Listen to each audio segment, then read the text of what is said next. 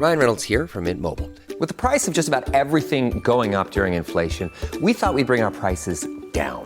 So to help us, we brought in a reverse auctioneer, which is apparently a thing. Mint Mobile Unlimited Premium Wireless. How to get 30, 30, bit to get 30, bit to get 20, 20, 20, bit to get 20, 20, bit to get 15, 15, 15, 15, just $15 a month? Sold! Give it a try at mintmobile.com/switch. $45 upfront payment equivalent to $15 per month. New customers on first 3-month plan only. Taxes and fees extra. Speed slower above 40 gigabytes. See detail. How would you like a 15% discount to my daily email, the stack of stuff, the show notes, discounts to the conference, all of that? All you need to do is text the word show to 33777. You'll get the annual subscription with a 15% discount to my daily email. You'll get the stack of stuff, the links to the show notes, discounts to the conference, and so much more. All you have to do is text the word show, SHOW, to 33777. Text show to 33777.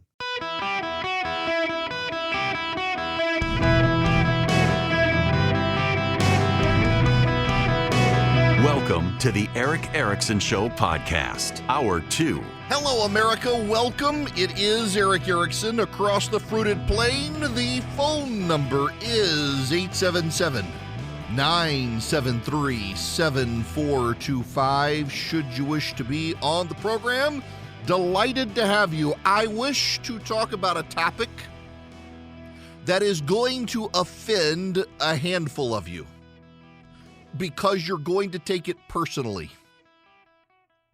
And I'm going to be insulting. You see, I wish to talk about stupid people. And while I have a well-informed and highly educated, smart listening audience, there are occasionally stupid people who listen too, and these stupid people are going to be called out on their stupidity in the next little while, so you should prepare yourselves. When I was a child, my oldest sister was a huge wrestling fan with my dad. My oldest sister and my dad loved to watch the WWF. This was back before it became the WWE. It was back, I think, before the WCW came out and all of that. And when we were growing up, my oldest sister, she subscribed to the wrestling magazines with my dad and found out that the WWF at the time, not the World Wildlife Fund, but the World Wrestling Federation, they were coming through Dubai. And she guessed which hotel they would be staying at. I think maybe someone let it slip, but I think she just guessed that they would be staying at the Chicago Beach Hotel, which nowadays, if you go to Dubai, the Chicago Beach Hotel and the Chicago Beach Village, they're no longer there. A lot of my friends live there. It was a gated community. We didn't live in a gated community, but Chicago Beach Village was a gated community, had a big hotel. You keep the riffraff out, and now it's a super nice, well-developed area where the Palm Jumeirah is, stuff like that. But Chicago Beach Hotel back in the day was a big beach hotel resort. And she concluded the wrestlers were probably there. So we decided to go eat at the hotel. They had a buffet for lunch. My dad did not like, to this day, doesn't really like buffets. After all, people sneeze in your food. But we went. I remember it. We're sitting there, and there is Rowdy Roddy Piper and Jimmy Superfly Snuka and Tito Santana and Playboy Buddy Rose and Tony Gurria. And my sister had a wrestling magazine, and she went over to get their autographs. And they were stunned that there were Americans who were there and cared about it and followed along with it. Nobody else in the whole resort seemed to know who they were. Everybody left them alone. We struck up conversation with them, invited them to our house for dinner. So for multiple nights this one year, the WWF came to our house for supper. And they were all there. Playboy Buddy Rose hitting on my mom. Jimmy Superfly Snuka, as nice as he could be. Rowdy Roddy Piper, super nice guy. He didn't come one night. He came the next night. Tony Gurria, Tito Santana, all of them super nice people, really nice people.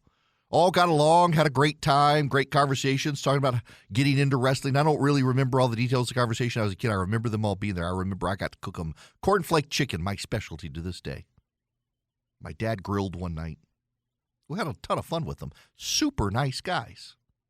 So I came home that summer, and my best friend loved wrestling. Loved wrestling. Like you had to program your day around when wrestling came on TV. And there were these guys who had been in my house, and my friend would not believe it because they're mortal enemies. They are mortal enemies. Jimmy Superfly Snuka versus Roddy Piper. Big deal. Big deal, big deal. I mean, mortal enemies. They fight. Have you not seen them fight? He was convinced it was real. And I had been convinced it was real until they all came to my house, and they're all friends. These people don't hate each other. They clearly get along with each other. But he was convinced it was real. And he was mad at me for disabusing him of the notion that it was all a stunt. It was all a play. It was all make-believe. I'm sorry if I'm disabusing some of you, stupid people, of this. He was not stupid. He was a child. And when he was a child, he thought as a child. And then he grew up. And he gave up his childish ways. And some people just can't give that up. When I was a child, I talked like a child. I thought like a child. I reasoned like a child. When I became a man, I set aside childish ways. Now we see but a dim reflection is in the mirror, then we shall see face to face. Famous line. When you grow up, you're supposed to give up childish thinking, and a lot of stupid people never give up their childish thinking. Which leads me to Taylor Swift and Travis Kelce. You didn't know I was going there, did you? No. Just follow along with me here. Follow along with me here. So, a number of stupid people are convinced that the NFL has become wrestling because so many people have for years made jokes about, Roger Goodell, he's shaping the script this season. We can't let this happen. We got to build up the Detroit Lions. We got to crush them. It must all be scripted. And stupid people have begun to believe it's true. Stupid people have begun to believe that the NFL is just like the World Wrestling Federation or the World Wrestling, whatever the E stands for now. I old school, it's WWF to me. They've internalized it. And so plot twist, they see it as a really, and y'all, I'm serious. There are a lot of stupid people who really believe that this is a scripted reality TV show we're all a part of, and that to boost the ratings this year, suddenly they have to introduce this new character called Taylor Swift into the NFL. And so the arrangement they posit is fake, that Taylor Swift and Travis Kelce, they're not a real couple. It's a staged event to boost the ratings of the NFL, of the NFL.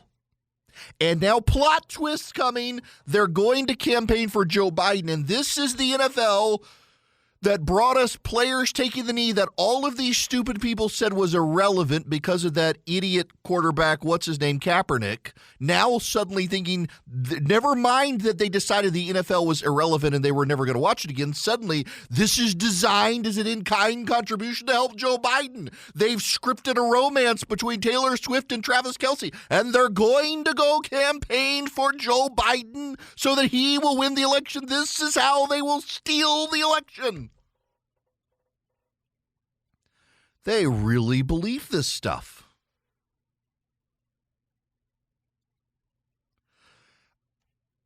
I can't remember who said it. And by the way, this is a real tweet from someone. The Davos cabal decided which teams would make it to the Super Bowl. These amateurs. Now, this person is making a joke. This person's making a joke.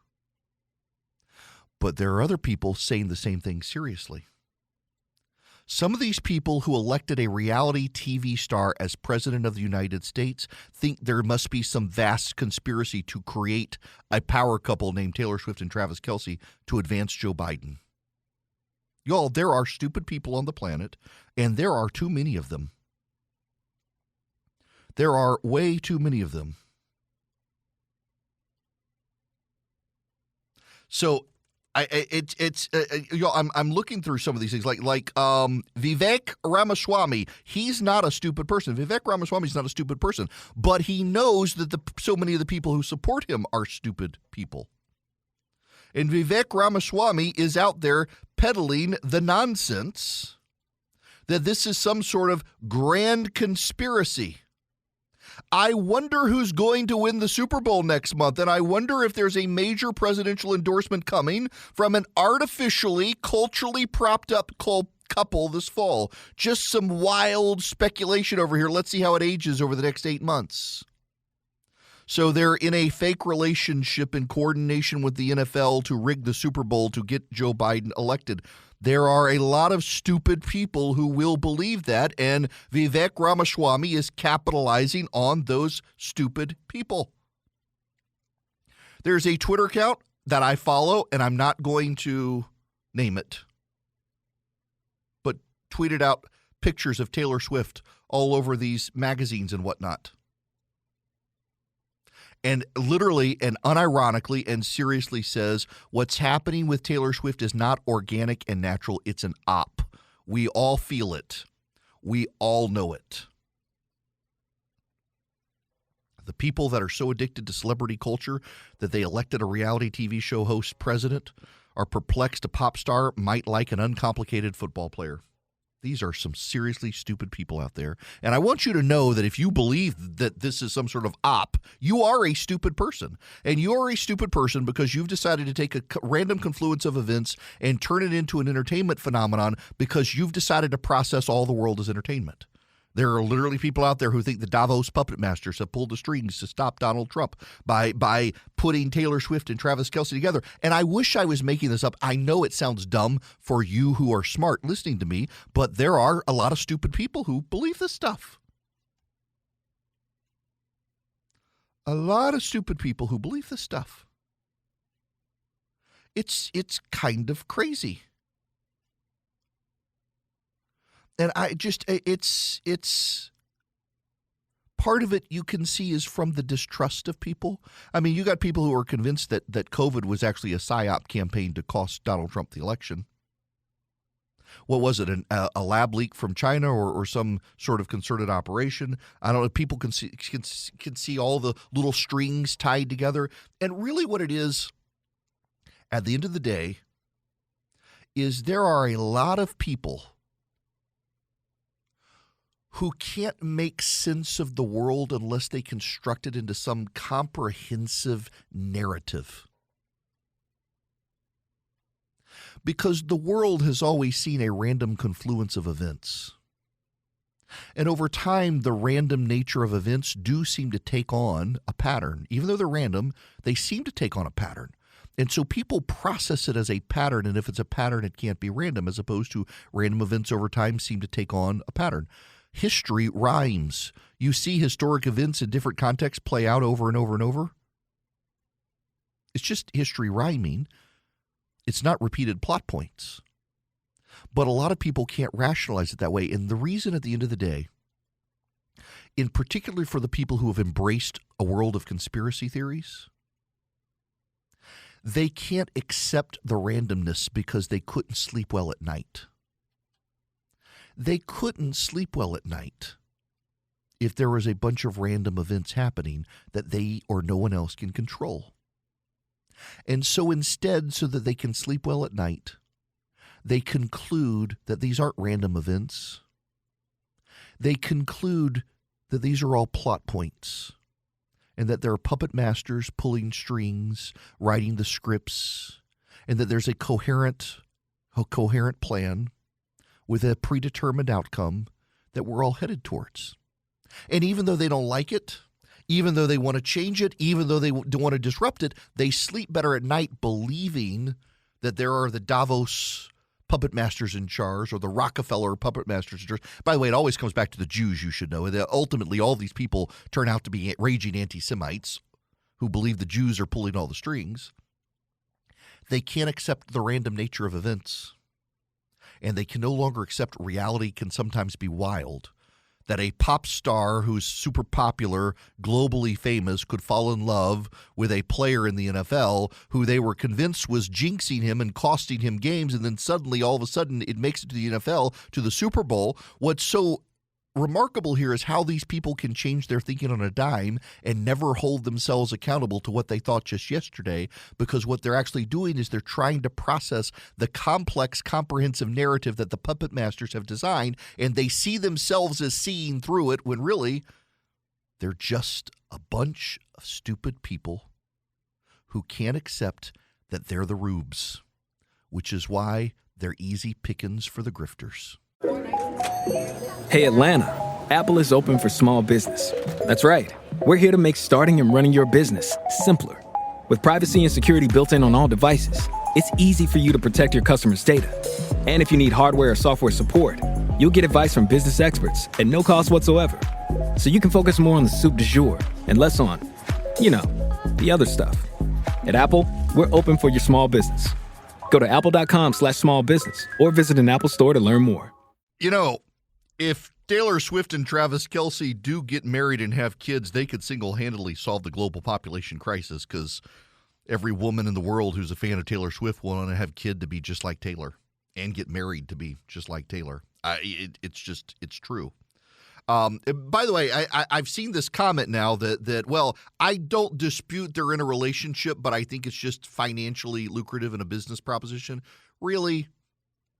This is a billionaire, the most recognized woman on planet Earth now that Queen Elizabeth is dead. She doesn't need Travis Kelce as a business proposition. She's doing quite fine by herself, and the rate of return he gives is marginal at best. And this is one of the reasons I actually like Travis Kelce as a player. He actually doesn't make a lot of money in the NFL. He's the best tight end in the NFL, set all sorts of records this year. And he actually gets paid less than most of the people on his team.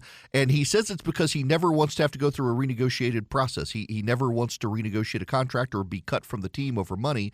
So he makes most of his money outside the NFL on ad deals. Like, I don't fault him for advertising for Pfizer and the like. He's making a killing doing advertisements. That's why he's so exposed in advertisements. But that's his thing. He wants to play for the Chiefs. So to play for the Chiefs and not be a burden on the team, he doesn't make them he doesn't make a lot of money off of it.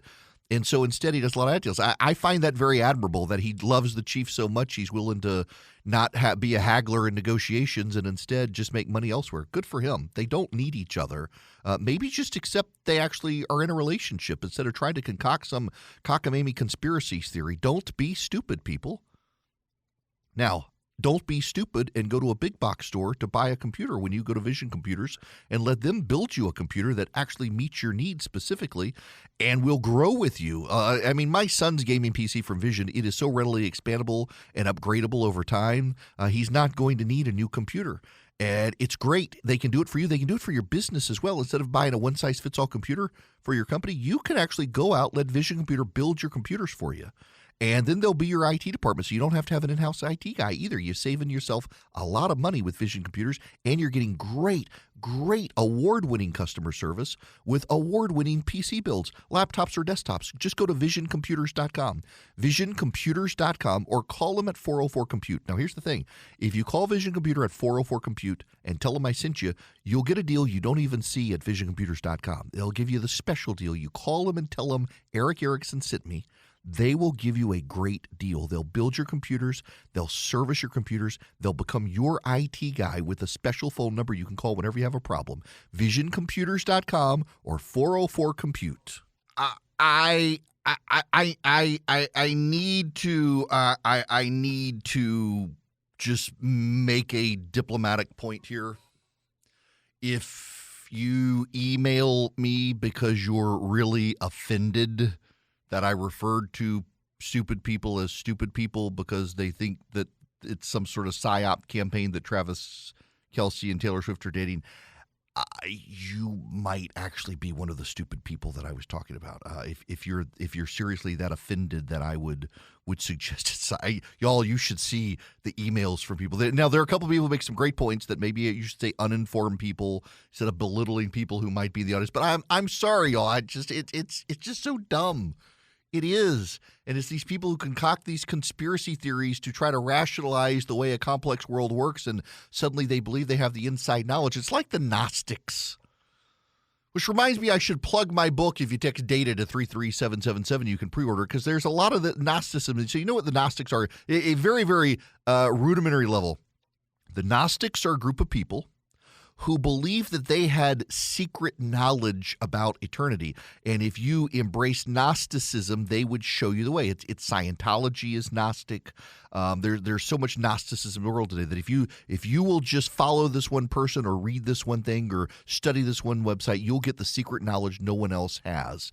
And that's essentially Gnosticism. When, it's kind of, the world is fairly transparent, but it can also be very random, and people want to synthesize it into some sort of coherent narrative to make it make sense to them. That's the sign of not a bright person. Okay, let's move on. Before I go anywhere else, I'm going to take James's phone call. He's waited very patiently. James, welcome to the show. Oh, thank you. Sure. What's going on? Well, I had what, in my simple mind, I thought was a good idea. The Republicans and Democrats are, I guess, trying to negotiate a border security for Ukraine funding. And I thought, what if the Republicans, in exchange for Ukraine funding, said you let us name a replacement for Mayorkas. You let us put our guy in charge of the border, and we'll give you Ukraine funding.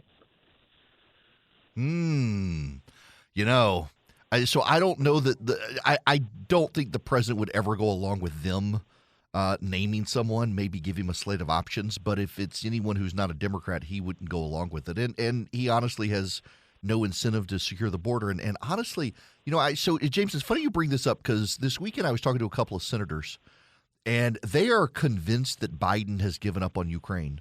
They're convinced that he hasn't wanted to be aggressive anyway. For some time, he's dragged his feet on all the armaments to Ukraine. It's taking him forever to give anything, and they think he's kind of bailing on Ukraine, and he's going to use the GOP as his excuse, but he never wanted to do it. So, I mean, the GOP would just set themselves up in some way, I think, to undermine themselves at the border and also undermine Ukraine. And listen, I know I'm in the when I ran campaigns, I would always tell candidates, know when you're in the minority, even when you think you're right. And I think I'm right and in the minority that we should be helping Ukraine with Russia. We do certainly need to be finding a peaceful solution now and mediate some talks with Ukraine and Russia, because the Ukrainian president is never going to get all of his territory back. At the same time, allowing Ukraine to kill the Russians so we don't have to kill the Russians later is not a bad thing. I don't know if y'all have seen this. The Germans are now helping Latvia, Lithuania, and Estonia reinforce their borders, sending them weaponry. And Germany promised them tanks, and then turns out they didn't have enough tanks to send. The Germans have their own problems. But the European situation is beginning to destabilize. And it's all about fear of Russia. So if we help the Ukrainians, we're not going to get dragged into a NATO conflict with Russia, and otherwise we probably at some point will. So I personally think we need to help them, but I also recognize we should be funding the border first. I think we can do both and should do both. Now, we got to transition. Well, you used to be able to say we got to transition. People like, all right, next topic. Now you got to think I'm going to have a appendectomy or something. Nope. I'm just going to transition topics. We got to move to domestic politics. We got to move to Nikki Haley, who was swatted over the weekend. Well, Kristen, I was not home, but Michael and I take care of my parents. They are 87 and 90, and we take care of them, and they were at home and with their caregiver. And so I will tell you that the last thing you want is to see multiple law enforcement officials with guns drawn pointing at my parents and thinking that something happened. It is an awful situation. It put the law enforcement officers in danger. It put my family in danger, and it was not a safe situation. And that goes to show the chaos that's surrounding our country right now, and the fact that these things are happening. And so, look, I'm not the only one that's happened to. It wasn't the first time. I think we've had it happen twice. But I will tell you this, that I think that what's really important is we have lived in a country of chaos for quite a while now. It is time that we remember what normal felt like. It is time that we remember what healing feels like. It is time that we remember what it's like not to have division, not to have hate. Ambassador, we are Americans, and we need to remember how blessed we are. Look, she makes a very good point, and this is happening. A lot of Republicans have been swatted in the past number of weeks. Here in Georgia, where I am, Marjorie Taylor Greene and the Lieutenant Governor Burt Jones were. Nikki Haley has been. Oh, who was it? There's another Republican congressman who was swatted recently. I was swatted years ago. I've mentioned this a while back when it was happening to these people. That luckily I was on TV regularly at the time on CNN. The police officer pulls into the driveway. My kid runs out. The police officer has his hand on his gun. And I come out of the house. He looks at me. He says, "Aren't you on CNN?" I said, "Yeah." And I knew immediately what had happened because I'd been writing about it, people getting swatted around that time. And he said, I got to see your wife. I need to see your wife. And so I called my wife. She came out. There was a police officer at the end of the driveway, blocking the driveway. And so we live near the interstate, and you can hear the interstate. My brother-in-law and my sister were there. My brother-in-law commented on how quiet it was, that it didn't seem like there was any traffic out. Well, only later did we find out that traffic was blocked off up the road, and there were police in the woods behind my house because somebody called 911. And said he was me, had murdered my wife, that she was on the living room floor dead, and I was going to go across the street and kill the neighbors if they didn't stop me, because the neighbors were bothering me. And it was some guy who called over the internet, masked his number, made it look like it was my phone number, so they had my home address pop up on 911. Didn't give the address, just had the number. And I don't even know how you do this technically, but it was over the internet, spoofed the system, presented as my phone number, and they showed up at my house. I know a guy who had his door kicked in at 3 a.m. by a SWAT team in Los Angeles. They dragged him out of the house in handcuffs and his underwear, secured his family to make sure everything was okay because he was swatted. They took it very seriously. He was one of the first prominent swattings that I had ever heard of. This is happening around the country. People are going insane. And the thing you got to remember is when you are swatted, they're trying to kill you. When you are swatted, they are trying to kill you. My son has gotten into airsoft. If you don't know what airsoft is, you know what a BB gun is. Airsoft guns shoot plastic BBs. They're hollow plastic BBs. And you can go out and you can do fights with your friends. And so he goes out, they wear a full face mask so you're not getting your eye put out. And they wear padded clothing. They wear like sweatshirts and stuff even in the summer because, I mean, those things will sting. They'll leave a little bruise if you're not well padded. And they have a blast. But the guns look real. The guns look real. He's got an M16 and it fires automatic, and it really is a lot of fun to shoot. And he's got another rifle, and they're electric, and I mean it's incredible. It's so much fun. He's also got a Beretta handgun. There's a place in Atlanta called Airsoft Atlanta. You can order some of the coolest guns from, and he loves it. And I've had to tell him, son, I'm not saying this is going to happen to us, but if something like this happens and you see police pull in the driveway, you have to drop your gun immediately. If you're in the backyard doing target practice, you have got to drop that sucker immediately or you're going to die. And I've had to have that frank conversation with my kid that he will be shot and killed if we are swatted and he's in the backyard with one of those machine guns because they look real. Forget the orange tip on the bottom. The police, they don't see it. He's got to drop it. He's got to drop it because it's a deadly serious thing. In North Georgia, they had a neighbor who swatted their next-door neighbor, and that next-door neighbor, the police came in. Well, he came charging out with a gun thinking it was a home invasion. They shot and killed him. It's happened around the country. When someone swats you, the purpose is to have you killed by the police. And unfortunately, it can be easy to do in the right situation. And it is very hard to trace the phone calls. It's very difficult to trace the phone calls. They never found out who swatted me. And in most of these cases, the person gets away with it. Now, in a lot of the more prominent situations, like, for example, a presidential candidate, lieutenant governor of Georgia, or a member of Congress, the FBI will add extra resources, and over time, they may be able to figure it out. But I want you to understand this is a growing phenomenon, and it is designed to kill you and your family. It is designed to kill you and your family. The people who swat other people are trying to get that person killed. Someone tried to get Nikki Haley killed or her family killed. Her parents were at home. I know her mom and dad. They are the nicest people. They are the nicest people. Her dad is more mobile than her mom now. And they're just wonderful human beings. It's a wonderful family. The fact that they were home alone when the SWAT team showed up. I think Michael's still in Africa for the Army. These are insane, crazy times. Now, Haley was also asked about her momentum and where she heads. And I don't think that Haley has a path forward, but she says she still intends to move forward in some way. She intends to she wants to show some momentum. She wants to show some improvement. What does that actually mean? I'll play you that audio when we get back. Right now, though, I got to tell you about my bank, Old Glory.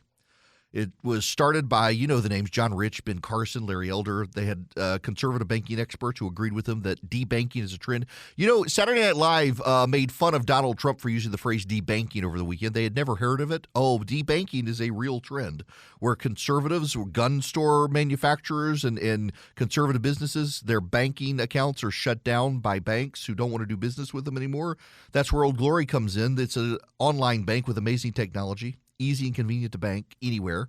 They've got this great thing. I've tried it. It works. You can go to 85,000 retail locations around the country, deposit cash, go straight into your bank account. My CVS, not a half mile from my house is one of the locations, and it works. You can get home loans with them, VA loans, conventional, FHA. They've got budgeting features, and here's the thing. They have no monthly fees on checking and savings accounts, none. So my kids' checking and savings accounts, they're not getting bled dry over time by Old Glory Bank. It takes you less than 8 minutes to get an account set up with Old Glory Bank. They are an anti-woke bank. They are pro-America. They're pro-conservative, pro-gun owner. If you're a gun manufacturer, you need a business checking account, you should reach out to Old Glory. They can help you, and you're never going to have to worry about them canceling you. Open your account today, oldglorybank.com. It takes just 8 minutes. Old Glory Bank. They stand with you. Terms and conditions apply. Member FDIC, equal housing lender. oldglorybank.com. Welcome. It is Eric Erickson here. I got this audio for you from Meet the Press. Nikki Haley talking about her path forward. I don't see it. This is what she says. There's no surprise there that the political elite are surrounding him there.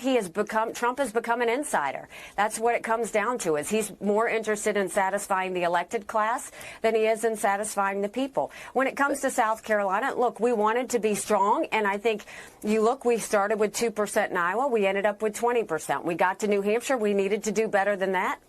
And we did. We got 43% of the vote. Now we're going into South Carolina. We need to be stronger than what we did in New Hampshire. And so that's certainly what we need to do. But it's not just that we need to be stronger, Kristen. Trump needs to be stronger. He's not getting the independent vote. He's not getting a segment of the Republicans. And so he's got some work to do as well. Let me just make sure we get an answer, though, Ambassador Haley, because this is your home state. You were governor in the state of South Carolina.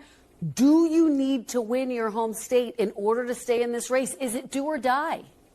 I think I need to do better than I did in New Hampshire. So this is a building situation. But it's do you not need about to which win, state you get and which Ambassador? state you don't. Do you need to actually win? I hear need you to saying you need to do better, but don't you need to win your home state to show that you can win a state, win your home state, and really put some delegates on the map for yourself? Well, we've got 17 delegates. He's got 32. I'd say that's pretty good to start. What I do think I need to do is I need to show that I'm building momentum. I need to show that I'm stronger in South Carolina than New Hampshire. Does that have to be a win? I don't think that necessarily has to be a win, but it certainly has to be better than what I did in New Hampshire, and it certainly has to be close. And I don't think it's going to be. Look, for all of you, whenever I talk about polling, I get angry emails from people saying, the polling's wrong. The polling's always wrong. The polling's been right. It was got Trump right in Iowa, got Trump right in New Hampshire. I would submit is going to get Trump right in South Carolina, which means he's probably going to blow her out of the water by about 20 points. Or 30 points, rather, 30 points. Between 20 and 30. Right now, yeah, it is looking at the Real Clear Politics polling average. Look at the averages. Don't look at the individual polls. Look at the averages. And his average right now is 30.2%. 52 to 21. She will get some delegates, but you're going to start moving into winner-take-all states. And I'm sorry, but I don't see a path for Nikki Haley moving forward. I don't. I like her. She's a friend. I don't see a path for her.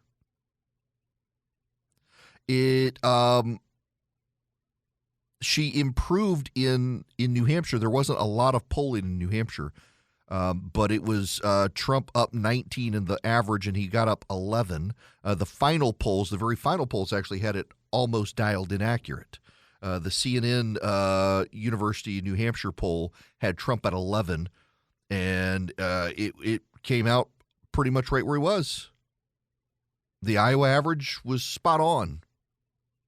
And if that's the case, a 30-point lead for Trump that she's not closing, and she can't rely on the averages and say, oh, well, the average had him at 30 and he only beat me by 20. Yeah, he beat you by 20 points.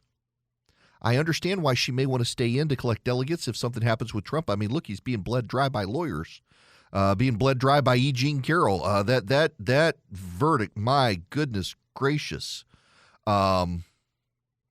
They're out to get him by any means possible to sabotage his run, bleeding him dry, breaking up his companies, all of it, and they could be very successful with it.